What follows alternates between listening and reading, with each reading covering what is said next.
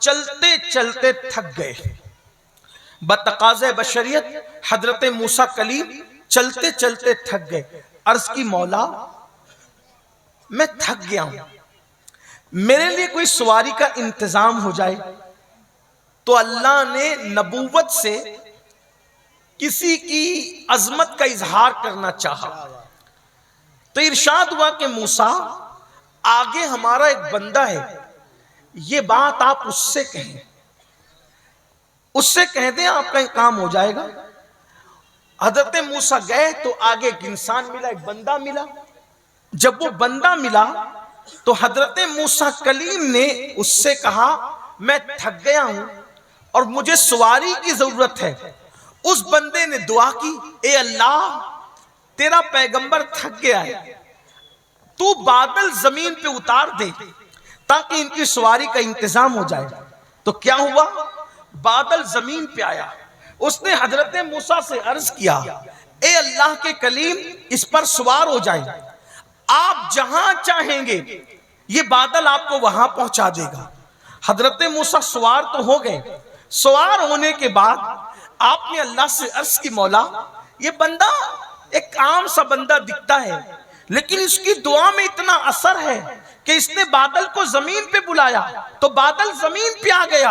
ارشاد ہوتا ہے موسیٰ اگر یہ آسمان کو بھی زمین پہ بلائے تو ہم آسمان کو بھی زمین پہ اتار دیں. کہ مولا اس کی اتنی سنی کیوں جاتی ہے؟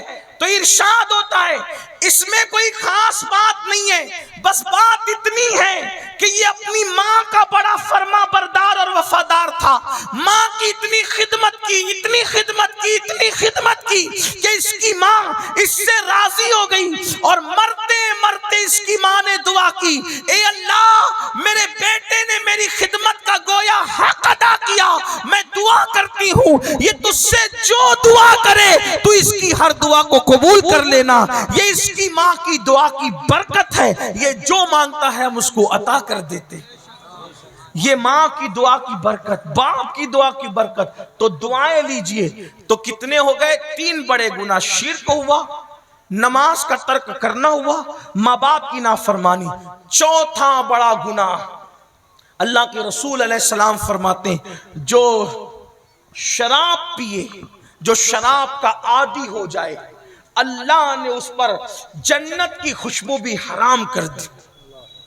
جو شخص شراب کا عادی ہو جائے, نشے کا عادی ہو جائے, یہ کبیرہ گناہوں میں سے, اللہ نے اس پر جنت کی خوشبو بھی حرام کر دی. آج کل نشہ بڑھتا جا رہا ہے, اور خاص طور پر اسلام کے دشمن لوگ, دشمنان اسلام مسلم محلوں میں, مسلم علاقوں میں, مسلم بستیوں میں نشے کو پرموٹ کر رہے ہیں تاکہ کسی طرح مسلم جوان نشے کے عادی ہوں, کیونکہ وہ جانتے ہیں کہ مسلمان جوانوں کے پاس اللہ نے اتنی صلاحیت دی ہے, اللہ نے ان کو اتنا ٹیلنٹ عطا کیا ہے کہ یہ پڑھیں گے تو ان کے مقابلے میں کوئی پڑھ نہیں سکتا, یہ تجارت کریں گے تو ان کے مقابلے میں کوئی تجارت نہیں کر سکتا, یہ سیاست میں آئیں گے تو ان کے مقابلے میں سیاست میں کوئی ٹک نہیں سکتا. یہ بات ہے مسلمانوں. اس لیے آج ہمارے جوانوں کو نشے کا عادی بنایا جاتا ہے. کہیں پر گولیاں بیچی جا رہی ہے, کہیں گانجا بیچا جا رہا ہے, کہیں چرس بیچا جا رہا ہے, کہیں شراب بیچا جا رہا ہے, کہیں ایم ڈی کا نشہ ہو رہا ہے, کہیں پر معاذ اللہ ہیروئن کا نشہ ہو رہا ہے. اور یہ باضابطہ طور پر ایسے زر خرید غلام ہمارے نوجوانوں کے درمیان بھیجے جاتے ہیں منصوبہ بند طریقے سے. کوئی جوان اگر با اخلاق ہو, با کردار ہو, خوبصورت ہو, جس سے ترقی کا اندیشہ ہو کہ یہ ترقی کرے گا, یہ آگے بڑھے گا, یہ پڑھے گا آگے بڑھے گا, تجارت کرے گا آگے بڑھے گا, اس طرح کے معاملات جن کے ساتھ ہوتے ہیں ان کو نشے کا عادی بنایا جاتا ہے, ناکارہ بنایا جاتا ہے. آج حالات یہ ہیں کہ فیشن کے نام پر فلمیں دکھا کر, سیریل دکھا کر, آرٹ کے نام پر, اس کے نام پہ, اس کے نام پہ ہمارے جوانوں کو آج نشے کا عادی بنایا جا رہا ہے. کل تک وہ جوان جو بہت ترقی کی امنگیں رکھتا تھا, جب 2 پیسہ آ گیا نشے کا عادی بن گیا,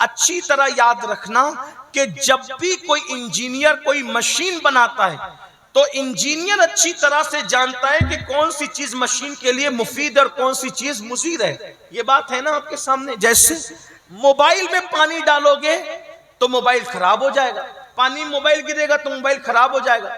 تو کیا ہوتا ہے, جس نے موبائل بنایا اس نے ساتھ میں یہ بھی لکھا کتاب کے اندر کہ موبائل پانی میں گرنے سے بچانا ورنہ موبائل خراب ہو جائے گا. اسی طرح جس نے کار بنائی اس نے یہ بھی ساتھ میں لکھ کر کے دیا انجینئر نے کہ اس میں ڈیزل ڈالو گے تو چلے گی, پیٹرول پہ نہیں چلے گی, پیٹرول ڈالو گے تو چلے گی, ڈیزل ڈالو گے تو خراب ہو جائے گی, مٹی کا تیل راکٹ ڈالو گے تو انجن بھسٹ ہو جائے گا. یہ سب اس نے لکھا کہ نہیں لکھا؟ کس نے لکھا؟ انجینئر نے لکھا, اپنی کتاب میں لکھا. کیوں؟ میں نہیں لکھ سکتا, یہ نہیں لکھ سکتے, یہ نہیں لکھ سکتے, کیونکہ مشین بنانے والا انجینئر زیادہ جانتا ہے کہ میری بنائی ہوئی مشین کو کیا مفید ہے کیا مضر ہے. کسی مذہب میں اتنی تفصیل نہیں ملے گی جتنی مذہب اسلام میں ملے گی. کیوں؟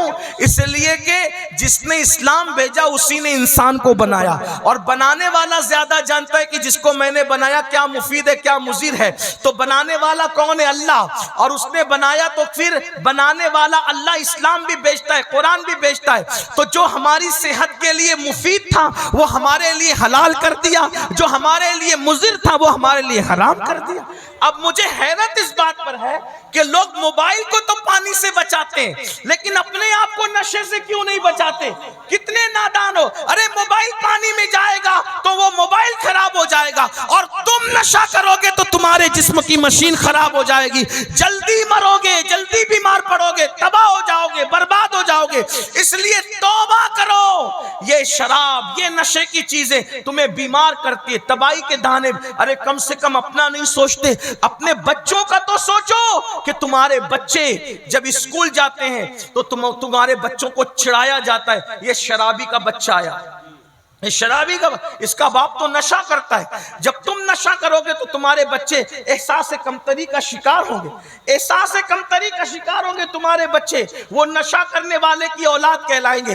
پھر اس کے بعد جب وہ جوان ہوں گے تو اچھے گھرانے کا رشتہ تمہارے بچوں کو نہیں آئے گا. لوگ کہیں گے اس کا باپ تو شراب پیتا ہے, اس کا باپ تو نشہ کرتا ہے, تو اچھے گھرانے کے رشتے نہیں آئیں گے. تمہارے چند غلطیوں کی وجہ سے بچپنا خراب ہوا, جوانی خراب ہوئی, اب آگے کی زندگی بھی ان کی تباہ اور برباد ہوگی. اس لیے کم سے کم اپنے بچوں کا خیال کرو, کم سے کم اپنی بیوی کا خیال کرو, کم سے کم اپنے بچوں کے مستقبل کا خیال کرو. مسلمانوں یاد رکھو, سب کچھ اپنے شوق ہی نہیں ہے, سب کچھ اپنا ذوق ہی نہیں ہے. اللہ کی بارگاہ میں توبہ کرو, بدلو, انقلاب پیدا کرو. اللہ پاک ارشاد فرماتا ہے اگر تم بڑے گناہوں سے بچو گے تو اللہ تمہارے دوسرے گناہوں کو یوں ہی معاف کر دے گا, کفارہ بنا دے گا, اور اللہ تعالیٰ تمہیں جنت جسے کہتے ہیں عزت کی جگہ تمہیں داخل فرمائے گا. میرے پیارے آقا صلی اللہ علیہ وآلہ وسلم کے پیارے دیوانوں, آئیے ایک گناہ کا ذکر اور سن لیں پھر میں اپنی گفتگو سمیٹ لیتا ہوں.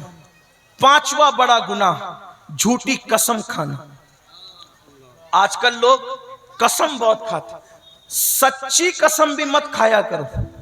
جب تک مال, جان اور عزت پہ بن نہ آ جائے, ایک دم آخری سٹیپ نہ آ جائے, اس وقت تک کہ سچی قسم بھی مت کھاؤ. جو سچی قسم بھی بات بات پہ کھائے گا سچی قسم, تو بھی اللہ اس کی روزی سے برکت اٹھا لے گا سچی قسم کھانے والوں سے. اب بتاؤ جو جھوٹی قسم کھائے, حدیث پاک ہے, علامہ ابن حجر مکی رحمت اللہ علیہ لکھتے ہیں کہ جو جھوٹی قسم کھاتا ہے اللہ فرماتا ہے میرے نام کو قسم کا نشانہ مت بنانا, اگر تم میں سے کسی نے میرے نام کی جھوٹی قسم کھائی تو میں اس پر بھی اور اس کی 7 پشتوں پہ لعنت کروں گا. آج کل ساس بہو کے جھگڑے میں قسم کھائی جاتی, میاں بیوی کے جھگڑے میں قسم کھائی جاتی. قسم نہ کھاؤ. سرکار غوث پاک فرماتے ہیں نیک لوگوں کی 10 علامت ہے, اس میں سے ایک علامت یہ بھی ہے کہ جو نیک ہوگا وہ کبھی قسم نہیں کھائے گا. نیک لوگ قسم کھانے سے بچتے ہیں, جب تک بالکل مجبوری نہ ہو اس وقت تک قسم نہ کھاؤ, اور قسم بھی کھاؤ تو پھر سچی کھاؤ, جھوٹی قسم نہ کھاؤ. جھوٹی قسم کا انجام بہت برا ہے. جھوٹی قسم پر اللہ نے لعنت فرمائی ہے, اور بلکہ 7 پشتوں تک لعنت کا اعلان فرمایا ہے. اس لیے جھوٹی قسم نہ کھاؤ. اللہ اکبر, کیا حال ہو گیا لوگوں کا, 250 روپے کی چپل بیچنے کے لیے بھی اللہ کی قسم کھاتے ہیں. پالک اور سبزی بیچنے کے لیے بھی اللہ کی قسم کھاتے ہیں. لوگوں کا حال یہ ہو گیا ہے. میرے آقا صلی اللہ علیہ وآلہ وسلم کے دیوانوں، یہ سب دین سے دوری کا نتیجہ ہے، مذہب سے دوری کا نتیجہ ہے، اسلام سے دوری کا نتیجہ ہے. ہم نے کمپیوٹر تو سیکھ لیا، کالج کی تعلیم تو حاصل کر لی، ہم نے بزنس تو سیکھ لیا، تجارت تو سیکھ لی، مگر ہم نے اللہ کا دین نہیں سیکھا. جو ڈگریاں صرف قبر کے باہر کام آئے گی، ان ڈگریوں کے لیے 25 سال لگا دیے، اور جو دین کی ڈگری قبر کے اندر جائے گی ہم نے اس کے لیے کوئی توجہ نہیں کی. یاد رکھیے، دین کی قدر کیا کی، دین کی اہمیت کیا کی، دین کی کیا قدر جانی؟ کوئی قدر نہیں جانی. بلکہ آج کل فکر تو یہ بن گئی، ارے مولانا یہ دین کیا چیز ہے، یہ سب مولوی مولانا لوگ جانے، ہم کیا جانے، ہم تو دنیا دار لوگ ہیں. لا الہ الا اللہ، استغفر اللہ. یاد رکھنا، یہ دین ہی ہے، دین جس نے عرب کے بوریا نشینوں کو کیسر و کسرا کا تاجدار بنایا. یہ دین ہی ہے، دین جس کی وجہ سے آج ہم مسلمان کہلاتے ہیں. یہ دین ہی ہے، دین جس کی وجہ سے آج انشاءاللہ ہم مسلمان کہلانے، مومن کہلانے، اور کل انشاءاللہ اسی کی برکت سے ہم جنت میں جائیں گے. دین کی برکت سے، مذہب کی برکت سے، مسلک کی برکت سے، اسلام کی برکت سے انشاءاللہ جنت میں داخلہ نصیب ہوگا. اس لیے دیندار بنو. لیکن دیندار کیسے؟ صرف داڑھی ٹوپی والے، کرتے پیجامے والے نہیں، بلکہ ایسے دیندار بنو جیسے دیندار بنانے کے لیے مصطفیٰ جان رحمت تشریف لائے تھے، اللہ کے رسول تشریف لائے تھے. وہ دینداری کا تصور قائم کرو. گھر میں پردے کا نظام ہو، گھر میں اسلامی نظام ہو، ہمارے گھر میں کوئی جھوٹ نہیں بولتا ہو، جھوٹی قسم نہیں کھاتا ہو، ہمارے گھر میں لوگ فجر میں اٹھ جاتے ہو، باپ بچوں کو فجر میں اٹھاتا ہو، بیوی شوہر کو فجر میں اٹھاتی ہو، شوہر بیوی کو فجر میں اٹھاتا ہو. یہ ماحول ہونا چاہیے. ارے اگر ٹرین چھوٹنے کا خوف ہو تو پورا گھر ایک دوسرے کو جگاتا ہے، اور نماز فجر جانے کا خوف ہو کوئی کسی کو نہیں جگاتا، کیونکہ لوگوں کے نزدیک نماز کی اہمیت نہیں ہے، عبادت کی اہمیت نہیں ہے.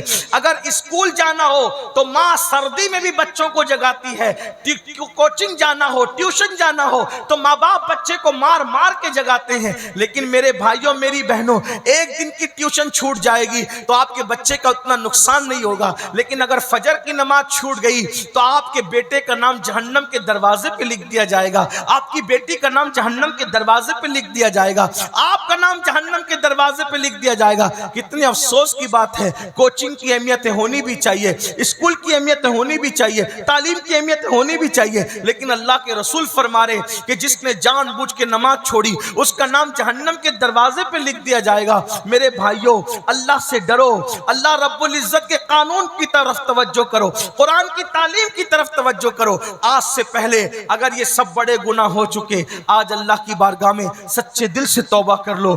ہر گناہ کا علاج توبہ ہے. میرے آقا صلی اللہ علیہ وآلہ وسلم فرماتے ہیں گناہ سے توبہ کرنے والا ایسا ہے جیسے اس نے گناہ کیا ہی نہیں. اللہ کی بارگاہ میں سچی توبہ کرو، معافی طلب کرو. میرے آقا علیہ السلام ارشاد فرماتے ہیں اگر کوئی 40 سال تک بھی گناہ کرے اور ایک مرتبہ اللہ کی بارگاہ میں سچی توبہ کرے، میرا اللہ اس کو معاف کر دیتا ہے. بلکہ میرے بھائیوں، کبھی کبھی توبہ کرانے والے لوگ پیچھے رہ جاتے ہیں اور توبہ کرنے والے آگے بڑھ جاتے ہیں. کبھی کبھی توبہ کرانے والے لوگ پیچھے رہ جاتے ہیں، توبہ کرنے والے لوگ بہت بلندی پہ پہنچ جاتے ہیں. اس سلسلے میں ہمارے بزرگوں نے تصوف کی کتابوں میں کئی واقعات لکھے ہیں. ہو سکتا ہے آج ہم آپ کو توبہ کی دعوت دے رہے ہیں، ہم یہی رہ جائیں اور آپ آگے بڑھ جائیں. اللہ کرے بڑھ جائیں آگے، اس کے کرم کی کوئی انتہا ہے، وہ تمہیں بھی آگے بڑھائے، ہمیں بھی آگے بڑھائے. اس ارشاد فرمایا جاتا ہے، ایک مرتبہ کا واقعہ ہے، حضرت سیدنا ذوالنون مصری رحمت اللہ تعالی علیہ، حضرت ذوالنون مصری رحمت اللہ علیہ، آپ کو شوق تھا دریا کی سیر کا. ایک بار دریا کی سیر کے لیے حضرت ذوالنون مصری تشریف لے گئے تو وہاں کیا دیکھا؟ ایک لڑکا اور لڑکی، بڑی خوبصورت لڑکی اور بڑا خوبصورت لڑکا، وہ دونوں وہ بھی دریا کی سیر کے لیے آئے. اور جب دونوں آئے تو وہ ہاتھ میں وہ موسیقی کے آلات لے کر کے، جو ستار وغیرہ بجاتے ہیں وہ لے کر آئے، شراب کی سراہی لے کر کے آئے اور آ کر کے دونوں بیٹھ گئے دھینگا مستی کرنے کرنے لگے. حضرت ذوالنون مصری بھی وہاں تھے. آپ نے نظریں جھکا لی, اللہ والے نے نظر جھکا لی. ایسے میں انہوں نے شراب بھرا اور شراب کا ایک جام حضرت ذوالنون کی طرف دیا. اے جوان لو پیو. آپ نے فرمایا الحمدللہ ہم مسلمان ہیں, ہم شراب نہیں پیتے, ہمارے یہاں شراب اور سور کو حرام کیا گیا ہے, ہم شراب نہیں پیتے. انہوں نے شراب کا جام واپس لے لیا اور اس کے بعد میوزک بجانے لگے, گانا گانے لگے اور حضرت ذوالنون کو چھیڑنے لگے. اے جوان تجھے بھی گانا آتا ہے؟ حضرت ذوالنون نے فرمایا گانا تو جو اس کو نہیں کہہ سکتے, لیکن ایک چیز ہے تمہارے اس گانے سے بہتر ہے جو میں پڑھ سکتا ہوں.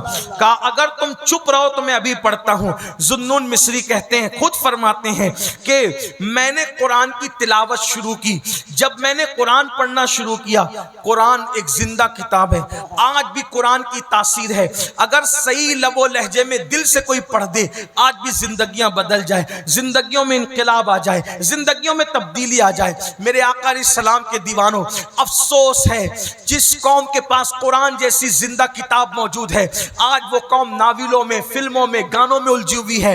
بہرحال حضرت ذوالنون نے قرآن کی تلاوت شروع کی. وہ لڑکا اٹھ کر کے بھاگ گیا, وہ لڑکا اٹھ کے بھاگا, لیکن لڑکی جو تھی زار زار رونے لگی, زاروں قطار رونے لگی اور کہنے لگی اے جوان تیرا نام کیا ہے؟ فرمایا ذوالنون مصری. تیرا گانا بڑا خوبصورت ہے. ذوالنون مصری نے فرمایا اے لڑکی یہ گانا نہیں ہے, یہ اللہ کا کلام ہے, اللہ کا کلام, اسے قرآن کہتے ہیں. یہ ہمارے نبی محمد الرسول اللہ پر نازل ہوا, یہ قرآن اللہ کی کتاب ہے. اللہ اکبر. اتنا سننا تھا, اس لڑکی نے کہا مجھے بھی یہ کتاب چاہیے. ذوالنون مصری فرماتے توبہ کر, اللہ کی طرف آ. اس نے توبہ کیا, کلمہ پڑھا اور اس کے بعد کلمہ پڑھ کے توبہ کر کے سابقہ زندگی سے, شراب سے, گانے سے, میوزک سے, موسیقی سے, عیاشی سے اور آوارگی سے اس نے توبہ کر لی. اس کے بعد حضرت ذوالنون اپنی طرف چلے گئے. وہ لڑکی پتہ نہیں کہاں چلی گئی. بس ایک تصور تھا, ایک لڑکی ملی تھی دریا کے کنارے, قرآن سن کے توبہ کر لیا تھا وغیرہ وغیرہ. حضرت ذوالنون حج کے لیے گئے, کعبے کا غلاف پکڑ کر آپ رو رہے تھے, دعا کر رہے تھے. ایسے میں پیچھے سے ایک عورت کی آواز آئی, اے اللہ میں بھوکی ہوں, میرے لیے کھانا نازل کر. بس اتنا کہنا تھا کہ آسمان سے ایک دسترخوان اترتا ہوا نظر آیا. اس میں انگور کے خوشے تھے. آپ نے پلٹ کر دیکھا, اے خاتون تو کتنی مقبول ہے اللہ کی بارگاہ میں, تو کتنی برگزید ہے اللہ کی بارگاہ میں, تو نے مانگا اور تجھے مل گیا. کون ہے تو؟ اس نے کہا ذوالنون. پہچانا نہیں. حضرت ذوالنون نے کہا میرا نام بھی جانتی ہے, پہچانا نہیں. کہا کون ہے تو؟ کہا تم ایک بار دریا پہ گئے تھے, ایک لڑکی ملی تھی شراب اور کباب میں, آوارگی میں ڈوبی ہوئی, تو نے اسے توبہ کروائی تھی. ہاں وہی تو میں ہوں, اللہ نے آج مجھے یہ مقام عطا کر دیا. حضرت ذوالنون کی آنکھوں میں آنسو تھے. یہ مقام تجھے مل گیا؟ ہاں ہاں مجھے مل گیا. جس دن میں نے توبہ کی تھی اسی دن اللہ نے مجھے اپنی دوستی کا مقام اور مرتبہ عطا کر دیا. سوچو ایسے ایسوں نے توبہ کی, اللہ نے ان کو یہ مقام عطا فرمائے. میرے بھائیوں میری بہنوں, سرکار مدینہ کانفرنس میں آئے ہو, اللہ کی بارگاہ میں سچی توبہ کر لو اور اپنی زندگی کو بدل دو. اللہ تمہیں بھی بڑے مرتبے عطا کرے گا. گناہ میں سکون نہیں ہے, سکون چاہتے ہو تو نیکی کی طرف آ جاؤ. حضرت ام سلیم نے پوچھا تھا یا رسول اللہ سب سے بڑی ہجرت کیا ہے؟ فرمایا گناہ سے نکل کر نیکی کی طرف آ جا, اس سے بڑی کوئی ہجرت نہیں ہے. آؤ آج ہجرت کرو گناہ سے نکلو اور اللہ کی طرف آؤ. ففروا الی اللہ, دوڑو اللہ کی طرف. اللہ مجھے آپ سب کو توفیق عطا فرمائے. گفتگو کے درمیان کوئی غلطی ہو تو اللہ تعالیٰ معاف فرمائے. آپ کو جانا نہیں ہے اس لیے کہ آج آپ کو انشاءاللہ ایک عظیم ہستی کا, دنیا سنیت کی ایک عظیم ہستی کا ایک عظیم مفکرانہ خطاب سننا ہے, جن سے ہم لوگ سیکھ کر آپ کو سناتے ہیں. ایسی ہستی آج آپ کی بستی میں آئی ہے. انشاءاللہ آپ جائیں گے نہیں, قبلہ حضور امیر سنی دعوت اسلامی کا خطاب سننے کے بعد ہی آپ جائیں گے. حضرت تشریف لائیں, حضرت کا استقبال کریں اور بھائی کفیل انبر کی نظامت کے ساتھ حضرت تشریف لائیں گے. نعرہ تکبیر.